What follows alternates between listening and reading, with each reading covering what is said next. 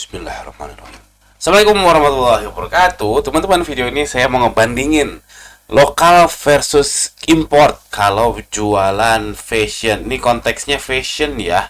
Jadi kalau yang non fashion mungkin nggak relevan, tapi nggak apa-apa, teman-teman bisa nonton aja. Siapa tahu nambah insight menarik buat teman-teman.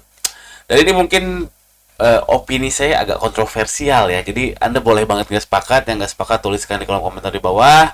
Jadi kita bisa diskusi. Siapa tahu bisa diskusi karena mungkin kontroversial. Oke, kita mulai langsung. Jadi kan ada kampanye cintai produk-produk Indonesia yang seperti ini bagus, sebetulnya bagus. Cuman fakta ya, faktanya satu, saya memang produksi sendiri. Itu produk-produk Indonesia. Saya kan fashion, jilbab, gamis anak, gamis syariah anak. Produksi sendiri. Sebenarnya bukan sendiri ya, tapi ngemaklun, tapi bahan beli sendiri dan sebagainya. Ternyata bahan bakunya tuh import, teman-teman. Bahan bakunya tuh import, itu grake. Kalau di kain tuh namanya grake, itu kain roll-rollan yang tinggal diwarnai di toko kain. Itu namanya grake. Itu tuh import.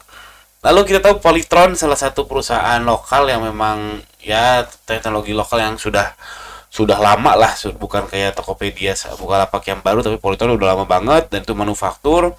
Itu saya yakin nggak semuanya juga ini nggak semuanya produk lokal kok. Jadi pasti ada impornya, entah kapasitornya kah, entah plastiknya, entah moldednya. Jadi sebagian besar yang saya tahu sih yang molding ya. Molding itu apa ya? Jadi kalau plastik itu dicetak di press, dicetak, itu namanya molding. Jadi setahu saya yang molding itu di kita tuh masih mahal, tapi di Cina itu super duper murah. Lalu tempe aja ternyata produksi lokal, tapi kacangnya kacang kedelai impor. Waktu itu sempat rame beberapa tahun lalu. Jadi geger kan, kaget ternyata tempe aja kacang kedelainya impor. Jadi cintai produk Indonesia tuh kayak gimana sih, jadinya agak-agak blur. Makanya lebih lebih tepat namanya ada TKDN tingkat kandungan dalam negeri.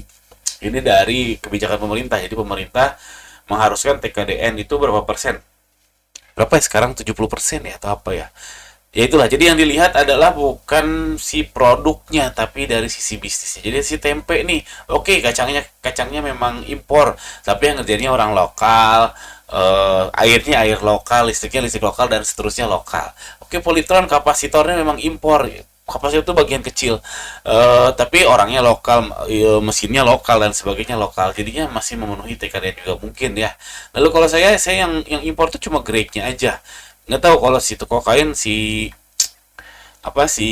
cat cat kainnya tuh kayaknya yang impor juga deh.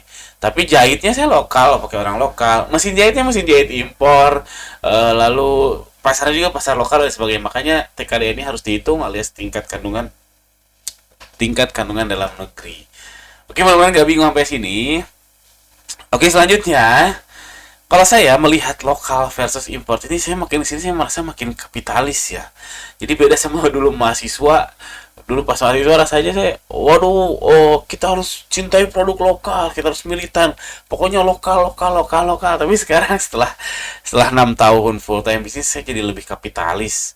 Mungkin ini salah, mungkin ini Anda nggak sepakat ya. Kenapa?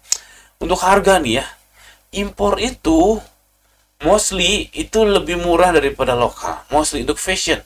Jadi saya ada kasus jilbab jilbab segi 4 itu impor tuh jauh lebih murah daripada bikin sendiri di sini, daripada bikin sendiri di lokal. Jadi mostly impor tuh harganya lebih murah untuk jilbab. Banyak kasus lain kayak misalkan sendal, sepatu, apalagi tas, kaos dan lain sebagainya. Lalu kualitas, nah sayangnya sungguh sial sekali, kualitas impor itu kadang-kadang lebih baik daripada lokal. Ya, faktanya gitu, kadang-kadang. Nggak semua, tapi kadang-kadang. Harusnya kan kalau lokalnya lebih mahal, berarti ya kualitasnya harusnya lebih oke dong. Ternyata enggak, sialnya gitu. Sialnya kadang-kadang kualitas yang impor, meskipun lebih murah, tapi lebih bagus. Jahitannya lebih rapi. Kayak yang soal jilbab ya, dia tuh laser cutting, terus motifnya juga motif bagus. Cuman bahannya emang agak nerawang, tapi orang nggak terlalu mempermasalahkan itu. Jadi kualitasnya lebih bagus daripada yang lokal. Kalau lokal kita harus cari kain dulu, ngoprin dulu, mikirin desainnya dulu, terus laser cuttingnya terpisah satu-satu. Kalau yang impor itu saya yakin laser cuttingnya bulk, jadi ratusan ribu pieces di laser cutting itu jelas jauh lebih murah. Dan yang terakhir kehandalannya. Jadi kehandalannya impor jelas lebih oke daripada lokal. Sekarang kalau misalkan pengrajin sendal gitu ya, bikin sendal 1000 masih oke, tahu-tahu di 1100 dia pulang kampung, tahu-tahu di 1500 dia nggak kuat lagi, terus ganti anaknya beda kualitasnya. Aduh, jadi kehandalannya jelas import lebih baik karena mesinnya, terus ya macam-macam lah, karena Cina kan negara industri manufaktur ya, mereka sudah tahu celah-celahnya bagaimana memproduksi entah itu apa, entah itu mesin, apalagi fashion yang kain yang gitu-gitu aja dalam tanda kutip. Memang otomasinya fashion tuh belum belum keren ya, belum sekeren yang lain-lain otomasinya, jadi jahit itu masih manual dan lain sebagainya. Jadi ini, saya makin kapitalis, saya makin pro impor karena faktanya kayak gini, harga lebih murah, kualitas kadang-kadang lebih oke, kehandalan juga lebih oke. Nah, maka menurut saya bagi yang lokal, fashion ya, sekali lagi ini untuk fashion, bagi yang lokal, kalau lawan Anda adalah importir, Anda nggak akan menang. Ini kalau lawan Anda adalah importir, Anda nggak akan menang. Solusinya mending langsung main high fashion aja. Jadi kalau misalkan bikin sendalnya sendal yang high fashion, yang betul-betul high quality. Jadi produksinya pun cuma bisa satu misalkan per hari misal ya. Yang betul-betul high quality dan jualnya mahal, karena untuk diferensiasi Anda dengan yang impor. Jadi ya kualitas harus menang daripada impor, harga mahal nggak apa-apa. Saran saya kayak gitu. Terus kalau sepatu misalkan saya dulu pernah jualan sepatu. Ada namanya kalau di Bandung tuh teknik bene namanya. Kalau teman-teman sini yang main sepatu mungkin tahu ya. Jadi dia tuh dijahit dari sol sampai ke dalam. Dia dijahit kayak gitu, kayak gini. Dan itu teknik itu katanya teknik yang kolot dan mahal, dulu dipakai di Tegep Boots. Nah, Tegep Boots ini yang ownernya udah meninggal. Jadi boots untuk motor-motor gitu, dan memang kualitasnya keren banget. Kualitasnya kuat banget, pasti nggak akan bisa dikalahin oleh kualitas impor. Jadi gitu. Kalau lawan Anda adalah importir, saran saya langsung main high fashion aja. Jadi high fashion yang harganya mahal, kualitas juga harus ciamik.